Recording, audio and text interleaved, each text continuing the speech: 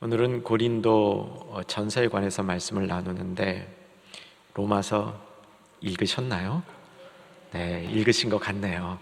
네, 그렇게 지난 주일날 당부를 드렸는데 혹 못 읽으신 분들은 고린도 전서 가시기 전에 로마서 먼저 읽으시고 고린도 전서로 가시면 좋을 것 같습니다. 고린도 전서를 펴서 통독을 하시다 보면 로마서보다는 쉽습니다. 로마서의 그 심오한 그런 부분들이 고린도 전서에는 로마서와 다른 그런 깊이로 나타납니다. 고린도 전서는 어떤 분들에게는 읽는 것이 그렇게 유쾌하지 않을 수도 있습니다. 이유는 교회의 분쟁 이야기가 대부분이기 때문입니다. 교회에 문제거리들이 있는데 이 문제들을 어떻게 영적으로 해결할 것인가, 또 현실적으로 우리 성도의 생활 가운데 다룰 것인가, 이것이 고린도 전서의 대부분의 내용입니다. 고린도 교회에 다툼과 분쟁이 있었습니다. 사도 바울은 고린도 교회를 개척한 목회자였습니다. 고린도라는 도시에 1년 반 정도를 거하면서 처음에 그 도시에 갔을 때 믿는 사람이 없었습니다. 그런데 그 가운데서 믿는 사람을 만나기도 하고 새로운 사람을 예수 믿게 하기도 하고 동역자들 사이에 단결도 되면서 교회가 세워지고 교회가 쑥쑥 자라서 고린도라는 도시 자체가 대도시입니다. 고린도가 어디에 있냐면 그리스의 수도 아테네에서 멀지 않아요. 여러분 혹시 아테네 가실 기회가 있어서 아테네 공항에 내리시면 차 편만 있으면 1시간 이내에 고린도에 갈 수 있습니다. 그러니까 아테네와 고린도는 가까운데 이전에야 아테네가 최고 도시였죠. 아리스토텔레스 있고 플라톤 있고 소크라테스 있을 때는 아테네가 중심이었는데 바울 당시에는 고린도가 더 중심이었습니다. 그래서 국제도시의 성도들이 막 성장하면서 결국 이 고린도 교회는 바울이 이후에 선교하는 데 있어서 바울을 잘 도왔던 선교적인 교두보와 같은 역할을 하는 교회로 거듭나게 되는 겁니다. 바울이 처음 이 고린도에 도착할 때 그의 동역자들이 있었습니다. 누구냐면 실라와 디모데. 그래서 바울 선교팀은 3명이었습니다. 고린도에 도착하자마자 훌륭한 부부 신자를 만납니다. 바울에게 있어서는 천군 만마와 같이 바울의 선교를 일심 동체가 돼서 도왔던 이 부부가 등장하는데 누구죠? 브리스길라와 아굴라. 우리 여러분 지난주에 로마서 아까 읽으신 표정을 저에게 기쁘게 전달해줘서 저도 흡족했는데 어저께 읽었던 본문에 보면 로마서 16장에 바울이 로마에 있는 성도들에게 인사를 하는데 브리스길라와 아굴라가 고린도에서 만났는데 나중에는 로마로 가서 로마에 있는 겁니다. 브리스길라와 아굴라에 대해서 바울이 언급하는데 로마서 16장 4절 자막으로 한번 말씀 주겠습니다. 자, 같이 한번 읽어갑시다. 그들은 내 목숨을 위하여 자기들의 목까지도 내놓아. 난 여기까지. 그들은 브리스길라와 아굴라입니다. 브리스길라와 아굴라는 바울을 위하여 자기들의 목숨까지 내놓을 정도로 바울과 친밀하게 동역했던 일생일대에 잊을 수 없는 바울이 영적인 사랑과 빚을 많이 진 그런 부부였습니다. 그들을 고린도에서 만납니다. 또 여러분 고린도 교회에 그러면 기억해야 될 또 다른 인물이 하나 있습니다. 아볼로라는 인물입니다. 아볼로는 바울이 고린도를 떠난 다음 1년 6개월 동안 사역을 하고 교회를 세우고 고린도를 떠난 다음 그 뒤에 고린도에 와서 목회를 했는데 정말 목회를 잘했어요. 상당히 똑똑한 지식인이었던 것 같아요. 센스도 있고 하나님을 사랑하는 사랑도 있고 말씀을 전하는 전달력도 굉장히 있어서 고린도 성도들이 바울만큼 그를 사랑하고 존경했습니다. 그래서 이제 문제도 생긴 거예요. 어떤 문제가 생겼냐면 성도들이 바울과 아볼로 사이에서 저울질을 하는 거예요. 누가 더 훌륭한가? 여러분 이런 일은 충현다움이 아닌 줄로 아시기 바랍니다. 충현다운 성도들은 그러지 않는데 이 고린도 성도들이 당시에 초신자였어요. 그리고 고린도가 국제도시다 보니까 세속 문화가 가득해서 거기서 예수님을 믿어도 초반에는 아직 세상의 때가 가득 끼어 있어서 이렇게 저울질하는 그런, 그래서 바울이 훌륭하다, 아볼로가 훌륭하다. 실제로 제가 보기에는 아볼로가 설교를 더 잘했을 것 같아요, 바울보다. 이건 저 혼자 생각입니다. 잘한다는 기준이 다르죠, 그렇죠? 어떤 분들은 영적 감화가 있어야 설교를 잘한다고 생각하고, 어떤 분들은 일단 재밌어야 설교를 잘한다고 생각하고, 어떤 분들은 이 목소리나 말이 달변이 돼야 설교를 잘한다고 생각하는데, 적어도 아볼로는 그중 한 가지에 있어서는 바울보다 뛰어났던 것 같아요. 아볼로가 바울보다 헬라어를 더 잘했던 것 같습니다. 언어에 더 은사가 있었던 것 같습니다. 어쨌든 바울과 아볼로 사이에 바울이 떠난 다음에 분열이 생겼던 것, 이것은 확실합니다. 여러분, 고린도서를 읽으시면서 어디에 일단 초점을 맞추시냐면 교회 안에 어떤 문제가 있었는지를 파악하면서 읽으시면 됩니다. 이것이 고린도 전후서가 쓰여진 배경이기 때문입니다. 자, 바울이 고린도에 가기 전까지는 한 장소에 한 3개월 정도 머물렀습니다. 한 3개월 정도 머무르다 보면 문제가 생겨요. 바울이 잘못해서 문제가 생기는 게 아니라 주변에 복음이 전달되니까 전파되는 복음에 부대끼는 사람들이 바울을 핍박한 거죠. 그래서 바울은 한 3개월쯤 사역하다가 다른 곳으로 이동할 수밖에 없었는데, 고린도에서는 얼마간 사역했다고요? 1년 6개월. 3배를, 몇 배야? 하여간 셀 수 없이 많은 분량을 사역을 했습니다. 사실 1년 6개월은 긴 기간은 아니었습니다. 그러나 이전에 비하면 매우 긴 기간이었는데 이렇게 된 동기가 있습니다.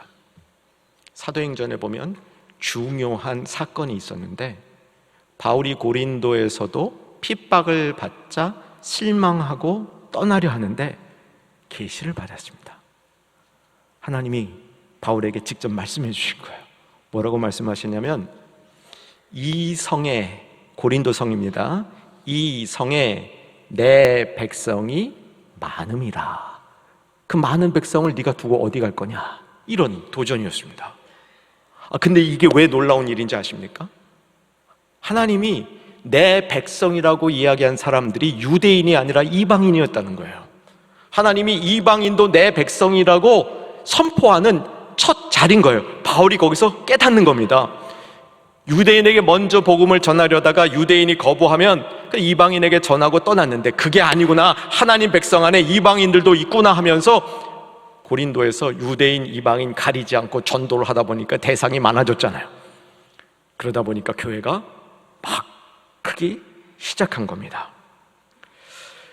그런데 여러분, 하나님의 계시를 받고 하나님의 음성을 듣고 하나님 일에 붙들리면 그 뒤에 즐거운 일만 있겠습니까? 아니에요. 바울이 이 계시 받고 고생 진탕 했습니다. 죽을 만큼 고생했어요. 바울의 편지 어디를 봐도 고린도에서만큼 바울이 고생한 그런 장소가 따로 없습니다. 그러니까 바울과 고린도 교회하고의 관계는 고통 중에 정들었어. 바울이 그래서 고린도 교회를 매우 사랑한 이유 중에 하나는 고린도 교회로부터 너무 힘들었기 때문입니다. 평소에 듣지 못하던 얘기를 고린도에서 바울은 엄청 많이 들었습니다. 바울이 무슨 사도 자격이 있어? 언제 지가 예수님을 만나나 봤어? 그런데 무슨 사도야? 자격에 대한 시비가 걸렸어요. 두 번째, 능력에 대한 폄하가 일어납니다. 그만큼 고린도 교회는 세상에서 가장 앞서가는 지역에 있는 잘난 성도라는 생각을 하고 있었습니다.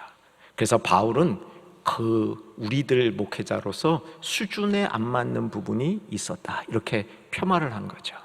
세 번째, 동기에 대한 의심이 있었습니다. 바울이 저 복음을 전하는 것이 먹고 살기 위한 거다, 하나님 지혜나 지식을 가르친다 그러면서 결국은 자기 먹고 살기 위해서 저 일하는 거다, 이런 폄하가 있었습니다. 바울이 무척 힘들었어요. 그런데 힘든 것만큼 바울은 은혜를 받았습니다. 고생한 만큼 고린도 교회를 포기할 수 없었습니다. 그래서 바울이 떠난 다음에 문제가 생겼는데 고린도 교회를 계속 돌보는 겁니다. 책 한 권 소개해드리겠습니다. 영어로 된 책인데요. 바울이 떠난 다음에 고린도. 이게 이제 사도행전으로 말하면 고린도 사역을 마치고 바울이 브리스길라 아굴라와 에베소로 떠난 다음에 고린도 교회에 이제 문제가 생긴 이야기를 이렇게 학적으로 잘 정리해 놓은 학술서입니다. 이 저자가 브루스 윈터인데 저분 제가 캘리포니아에 있을 때 만났는데 그때 직접 저 책을 저에게 주셨어요. 그래서 저 책을 알게 됐고 읽으면서 제 그 생각의 지평이 많이 열렸습니다. 자, 고린도 교회에 문제가 많았습니다. 바울이 그것을 어떻게 알았을까요? 두 가지 경로를 통해서 알았습니다. 하나는 고린도 교회에 있던 성도들이 바울을 방문해서 말해줬어요. 두 번째는 고린도 교회에 있는 성도들이 편지를 써서 바울에게 이런 문제가 우리에게 있습니다. 답을 좀 해주십시오 라고 요청을 했습니다. 고린도 전서를 여러분 읽어가시면서 이 두 가지 내용이 틀로 자리 잡고 있다는 사실을 발견하면서 읽으시면 좋겠습니다. 자, 고린도전서 1장 11절을 보시면 자막 봅시다. 같이 한번 읽으십시다. 내 형제들아, 글로의 집 편으로 너희에게 대한 말이 내게 들리니 곧 너희 가운데 무엇이 있었어요? 누가 알려줬어요? 글로의 집 사람이 와서 바울에게 알려준 거예요. 여러분, 옛 충현 성도들과 만나면 교회 얘기합니까? 안 합니까? 해야 정상입니다. 안 하면 비정상이에요. 교회 얘기해야죠. 근데 이 고린도 교회에서 바울을 찾아온 이분이 좋은 소식 전해줬으면 좋겠는데 고린도 교회에 문제가 있다고 얘기했어요. 뭐가 있다고요? 분쟁이 있다고 알려줬어요. 그 분쟁에 대해서 바울이 쭉 고린도 전서에서 이렇게 분쟁하면 안 됩니다 라고 쓰는 것이 1장부터 6장까지입니다. 이제 7장 1절을 보시면 7장 1절 또 같이 한번 읽으십시다.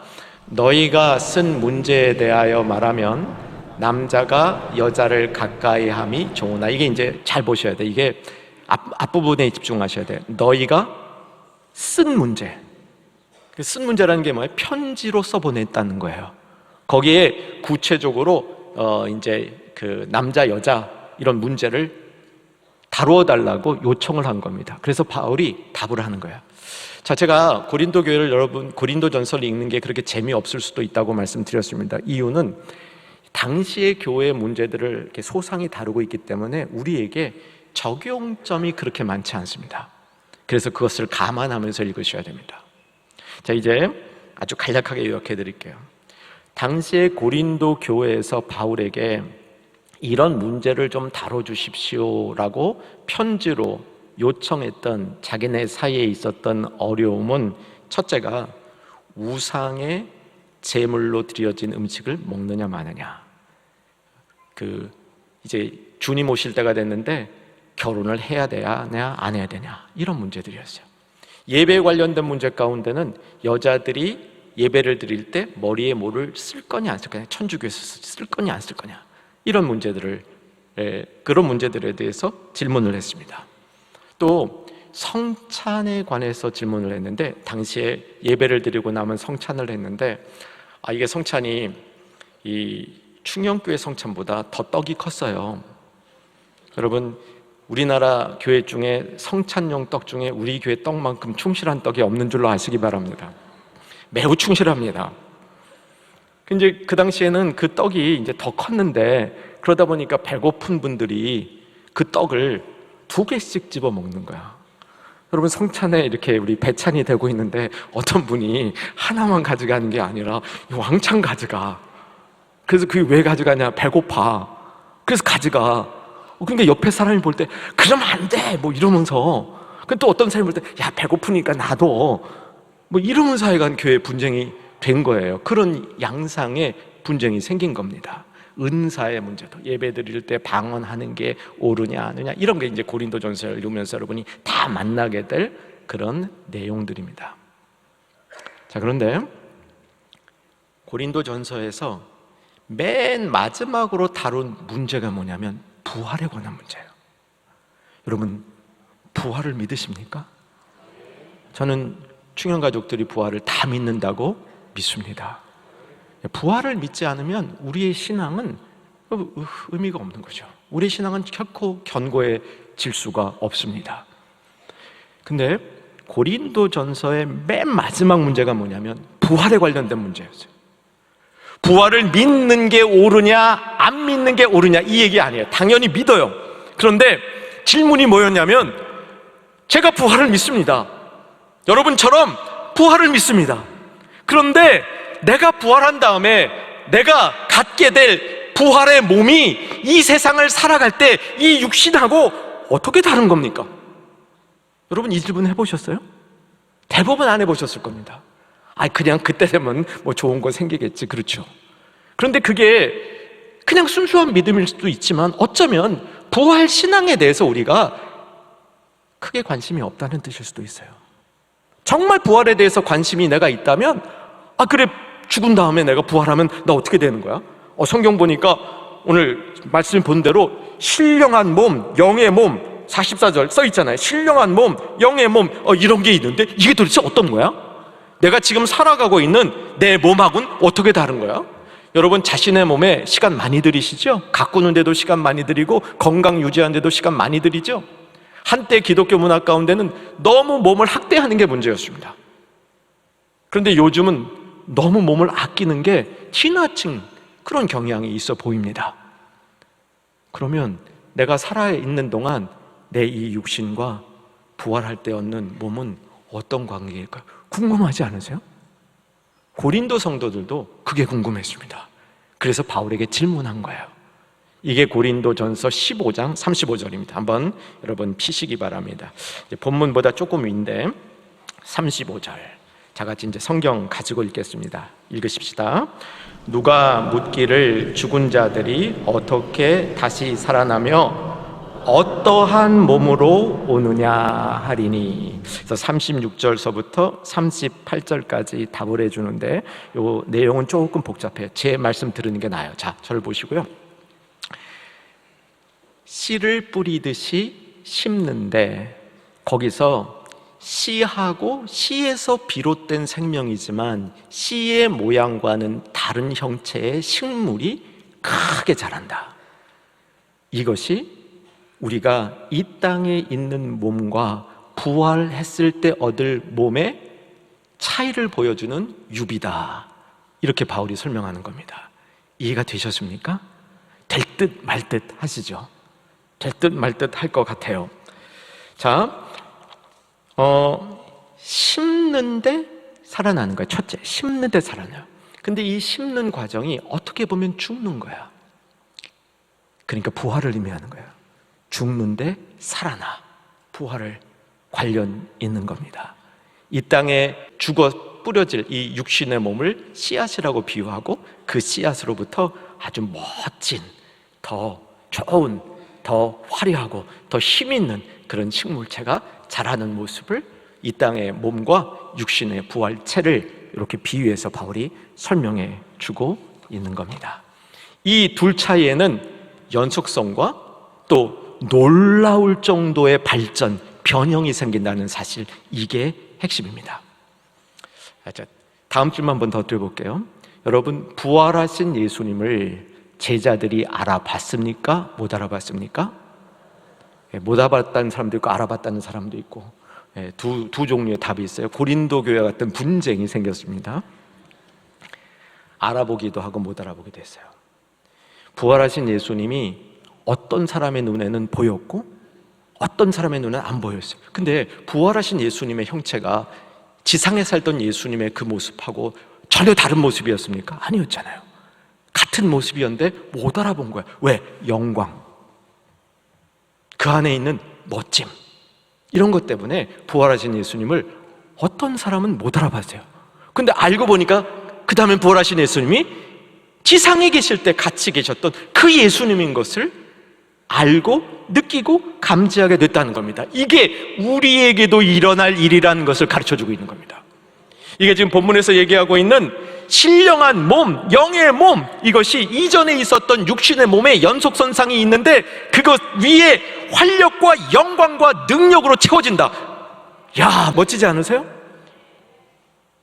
다시 한번 42절서부터 이제 오늘 본문 44절 보려고 그래요. 자, 성경 피시기 바랍니다. 제가 빨리 읽어 나갈 겁니다. 여러분 잘 따라오셔야 됩니다. 썩을 것으로 심고 썩지 아니할 것으로 다시 살며, 썩을 것 심었는데 썩지 아니할 것으로 살아났다는 겁니다. 욕된 것 심었는데 영광스러운 것으로 살아났다는 겁니다. 영광 단어 기억하시기 바랍니다. 약한 것으로 심었는데 강한 것으로 살아났다는 겁니다. 육의 몸으로 심고 그 다음에 뭐래요? 신령한 몸으로 다시 살아났다, 이렇게 선포하는 거예요. 야, 이 놀라운 과정을 여러분 아시고 사모하시기 바랍니다. 저는 이 말씀 마음에 새기면서 정말 부활을 더 사랑하게 됐습니다. 사모하게 됐습니다. 여러분, 우리가 죽은 다음 부활할 때 우리의 육신의 몸이 어떻게 되느냐? 썩지 않을 것, 영광스러운 것, 강한 것, 신령한 몸, 이렇게 변화된다는 바울의 증언과 예언을 믿으시기 바랍니다. 이걸 여러분 사모하시기 바랍니다. 이 땅을 살아가는 동안 우리가 약함을 경험할 때 이길 수 있는 힘입니다. 썩어질 것 같은 절망을 경험할 때 이길 수 있는 힘이 이 안에 있습니다. 내 육신의 한계 가운데 좌절할 때 이것을 이길 수 있는 힘이 부활의 소망 가운데 있는 줄로 믿으시기 바랍니다. 어떤 신학자가 이 부분을 주석하는데 이렇게 주석했어요.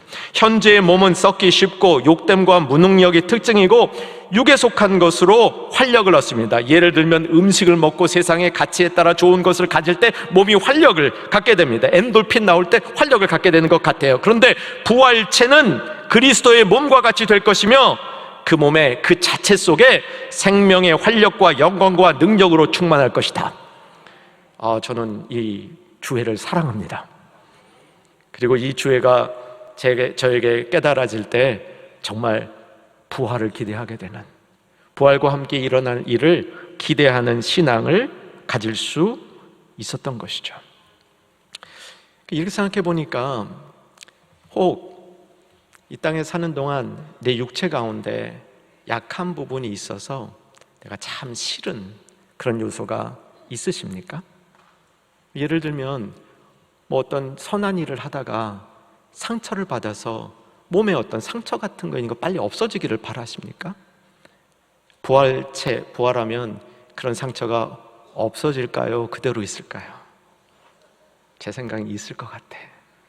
그런데 그건 있는데 그게 활력으로, 영광으로, 능력으로 덧입혀져서 그게 수치나 부끄러움이 아니라 그것이 오히려 자랑스럽고 보기 좋은 그런 모습으로 하나님이 덧입혀 주신다. 여러분 믿으시기 바랍니다.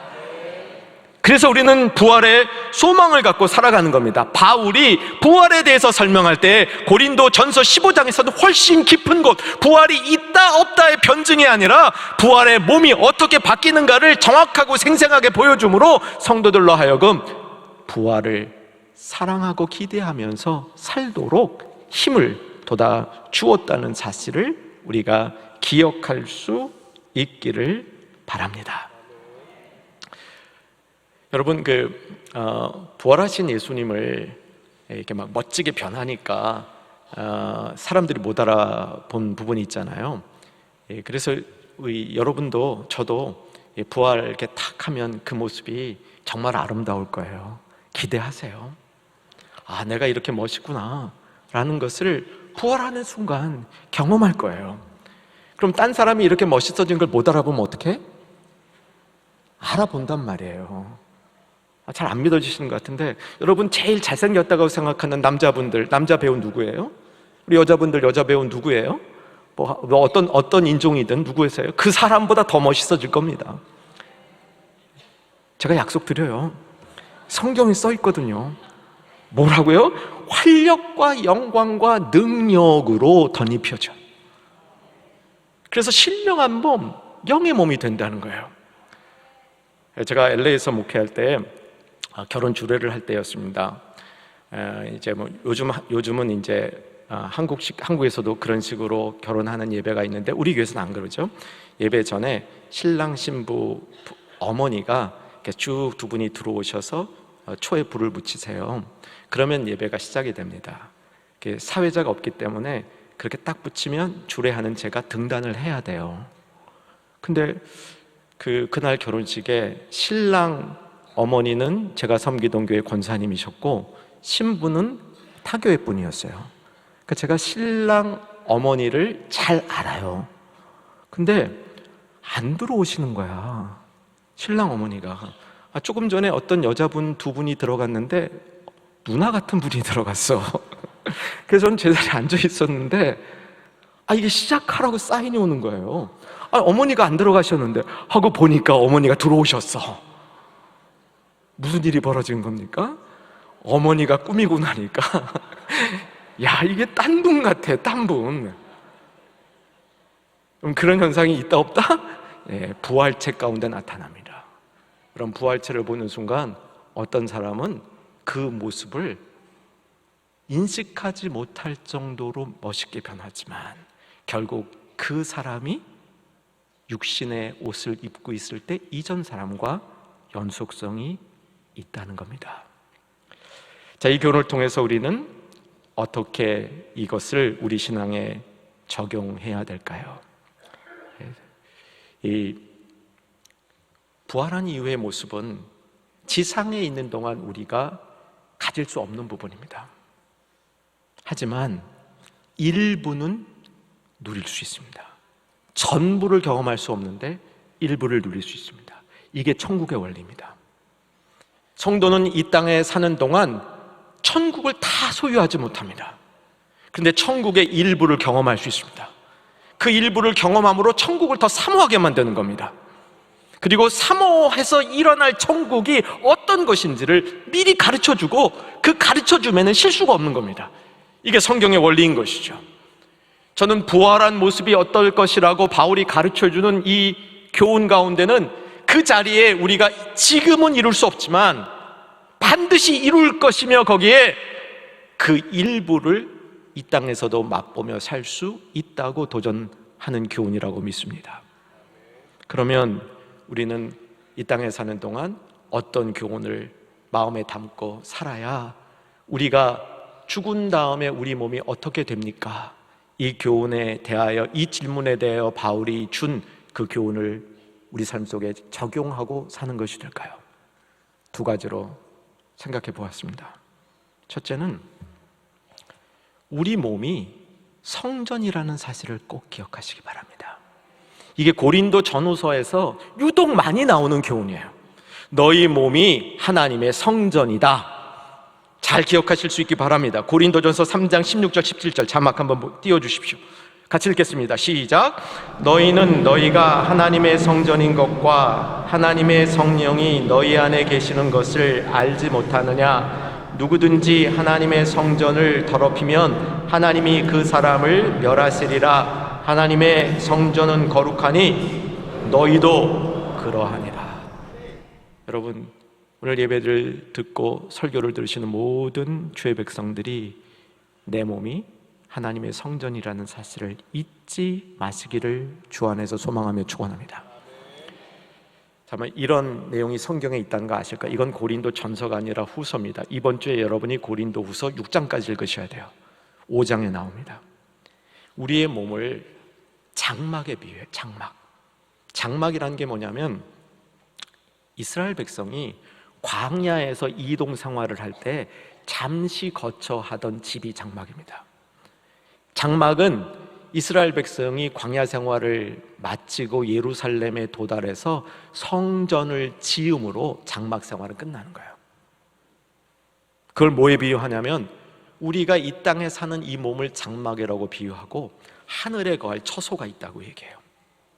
이 처소가, 하늘의 처소가 땅에 있는 장막을 뒤엎을 거라고 얘기해요. 그러니까 하늘 처소를 입을 거라고 얘기해요. 이게 성전 개념이에요. 내 몸이 성전이라는 게 비록 내 몸이 육신으로는 장막이지만 하나님을 믿고 하나님의 자녀가 되었을 때 하늘의 능력이 그 위에 덧입혀질 때, 그 옷을 덧입을 때 이것을 성전이라고 얘기하는 겁니다. 그 안에서 하나님과 교제가 일어나고 하나님이 함께 계시기 때문에 성전이라고 얘기하는 겁니다. 우리가 그냥 육신에 거할 때는 내 영이 있고 성령이 육신 가운데 거하지만 내 몸이 성전이 되면 그 성령과 내 영이 뒤섞여서 뗄 수 없도록 연합이 되는 겁니다. 여러분, 이게 우리가 부활할 때 이루어지는 경험인 줄로 믿으시기 바랍니다. 그래서 이 땅에 사는 동안은 예수님과 완벽한 동행이 불가능하지만 육신이 벗어지고 영이 결합이 되어지면 예수님과 완벽한 동행이 이루어집니다. 이게 성전인 거예요. 이게 천국인 겁니다. 그래서 사랑하는 여러분, 이 땅에 사는 동안 우리는 우리 몸이 성전인 줄로 믿고 죄를 멀리하는 삶을 살아야 됩니다. 음행을 멀리해야 됩니다. 고린도전서 1장부터 6장까지는 음행에 대한 교훈으로 가득 차 있어요. 그러지 말라는 거예요. 여러분, 우리 마음에 이렇게 음란이나 음란이 아주 그냥 이상한 거가 음란이 아니에요. 하나님 멀리하는 게 음란이에요. 하나님 멀리하는데 멀리하고도 편해. 내가 하나님을 멀리하는데 불편한 게 아니라 편해. 그럼 그 음란이에요. 그런 생활을 정리하고, 그럼 자꾸 영이 어두워져요. 영적으로 맑은 그런 삶의 자리로 우리가 온전히 옮길 수 있기를 바랍니다. 두 번째는요, 우리가 성전이잖아요. 여러분, 우리 몸이 성전입니다. 아멘이세요? 네, 성전이 우리 몸이면, 몸이 성전이면 죄 안 짓는 거 이거 하나 갖고 안 돼요. 뭐가 필요하냐면 우리 생각이 예수님으로 채워져야 됩니다. 성경 구절 하나 봅니다. 빌립보서 2장 5절 자막 읽겠습니다. 시작. 너희 안에 이 마음을 품으라. 곧 그리스도 예수의 마음이니. 그러니까 내 안에 예수 그리스도의 마음을 가지라. 이 명령인데 이걸 뜯어봐야 됩니다. 이거를 직역하면 이렇게 되는 거예요. 내 마음이 예수 그리스도의 마음을 가져서 푸근한 마음 가져라. 요 얘기가 다가 아니에요.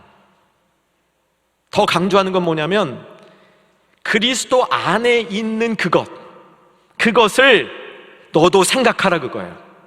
내 생각 속에 예수 그리스도 안에 있는 것을 내 생각 속에 집어넣어라, 이런 얘기입니다.